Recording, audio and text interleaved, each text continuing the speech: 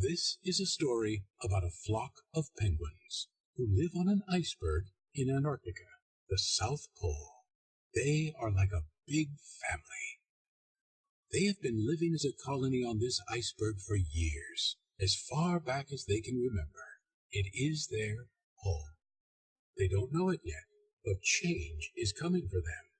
In order to survive, they will need to learn the change leadership process, one step at a time. When they aren't hunting for creatures in the sea, they spend most of their time with friends and relatives. Except this one, Fred. Fred is unusually curious and observant. He watches the sea and stuffs his observations, ideas, and conclusions in a briefcase. One day, Fred learned something alarming. Oh boy, I have to do something. I gotta tell Alice. This is Alice. She is one of the Penguins' Leadership Council members. She is tough and has a reputation of getting things done. Alice, can I speak with you for a moment? I believe that our iceberg is melting. Really? Well, show me what you mean. So Fred took Alice to the heart of the iceberg. See, Alice? Our iceberg has cracks that lead to larger caves. If the ice melts sufficiently, water will pour into these cracks and caves. If we have a cold winter, the water in these cracks can freeze quickly, trapping water inside the caves. Then, as the temperature goes lower, the water in the caves will freeze too. This freezing liquid will expand in volume, causing our iceberg to break into pieces. This could destroy our home and place us all in great danger. This is not good. We must bring this information to the Leadership Council. I'll prepare a presentation to convince them that something must be done. The Leadership Council consists of Lewis, the head of the council, Alice, Buddy, the handsome, charismatic one, and No-No, a cranky penguin who is responsible for weather forecasts. Causing our iceberg to break into pieces. This is wild speculation and fear-mongering. Our iceberg can withstand such fluctuations. Can he guarantee his data and conclusions are 100% correct? I can't. But if our iceberg breaks into pieces in winter, wouldn't many of us die? Imagine parents who lost their children coming to us and asking, "Why didn't you foresee this crisis? It was your job to protect the colony." What would you tell them? If Fred is correct, we only have 2 months until winter to react to this threat. We must inform everyone. This calls for a general assembly of the colony. No! It would be very bad to worry them. We don't want to panic anyone. We must keep this a secret. I have an idea. Would you give me a few minutes, please? Fred went quickly down the mountain and arrived minutes later with a glass bottle. Let's fill this bottle with water, seal it, and leave it in the ice overnight. Then tomorrow we can see if it's broken by the force of expanding water as it freezes. If I am correct, the bottle will be broken. Let's do it. We'll meet here tomorrow morning. The next morning, they found the bottle broken. Oh. I'm convinced. We have to do something about this. Let us call a general assembly of the colony. And with that, the Penguins started the change leadership process with step one, establishing a sense of urgency. Clearly, our iceberg is in danger, but I am confident we will find a solution. We need to act quickly. The next step was step two, creating the guiding coalition. A diverse team of 5 penguins was given the task of finding a solution. Lewis, Alice, Fred, Buddy, and Professor, who was the smartest penguin in the colony.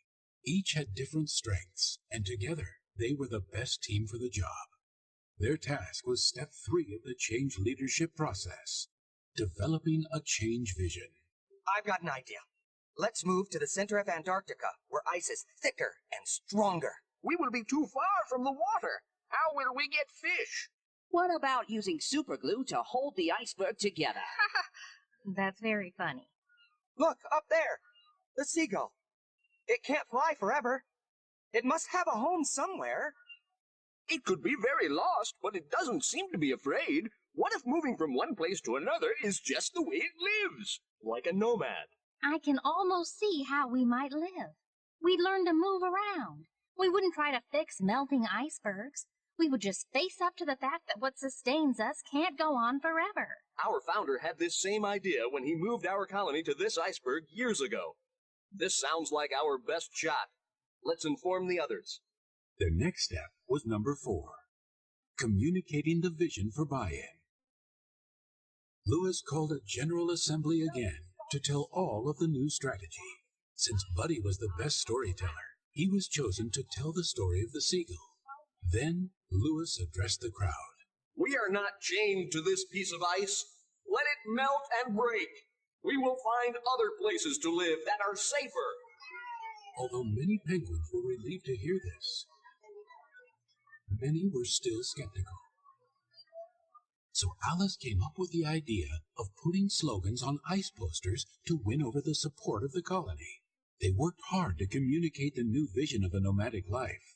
Then they moved the plan forward with step 5, empowering broad-based action. A scout team should go and look for another iceberg. Assemble a team and get ready. Yes, sir. Of course, it didn't go smoothly at first. Arguments broke out among the scouts, but Lewis dealt with them in a straight and direct way, keeping the focus on the main task. Then No-No started forecasting storms to discourage the scouts and lower morale. Lewis told No-No that his forecasting services are not needed at this time. Many of the penguins, particularly the young ones, were scared about the upcoming move. Buddy asked the teachers of the colony to speak about bravery to these young penguins. He inspired them to come up with Tribute to Our Heroes Day for when the scouts return. Next, they needed to act and make some progress. This is step 6, generating short-term wins. The strong, bright, and highly enthusiastic scouts jumped into the water and searched for a new iceberg that would be good enough for them to move to. My life was boring. Scouting is fun. I will do this for the colony. My family will be so proud of me. When the brave scouts finally returned, they were tired and hungry, but they were greeted with a hero's welcome. They were given medals and food. They told amazing tales about the sea, about swimming long distances, and about new icebergs they had seen.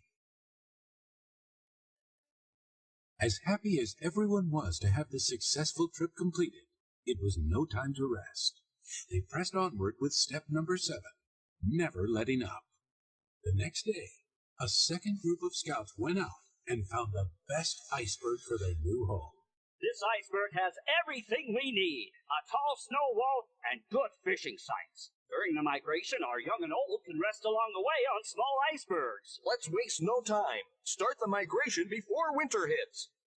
The colony moved to the new home. The move was chaotic at times, but with Lewis's leadership and Buddy's encouragement, they arrived safely on the new iceberg. However, they still needed to take one last step. Number 8, incorporating changes into the culture. Although the new iceberg was solid and safe, they decided to move again the year after to an even better iceberg. They learned that to survive, constant change must become part of their culture. We can all learn something from the fable of these penguins. Is your organization safe? Are you sure that your iceberg is not melting? Here is a review of the change leadership process that the penguins used. Step 1, establishing a sense of urgency. Step 2, creating the guiding coalition. Step 3, developing a change vision. Step 4, communicating the vision for buy-in. Step 5, empowering broad-based action. Step 6, generating short-term wins. Step 7, never letting up. And Step 8, incorporating changes into the culture. Think about these steps and how they work for our clever penguins. They can help you embrace change and keep you ahead of your melting iceberg.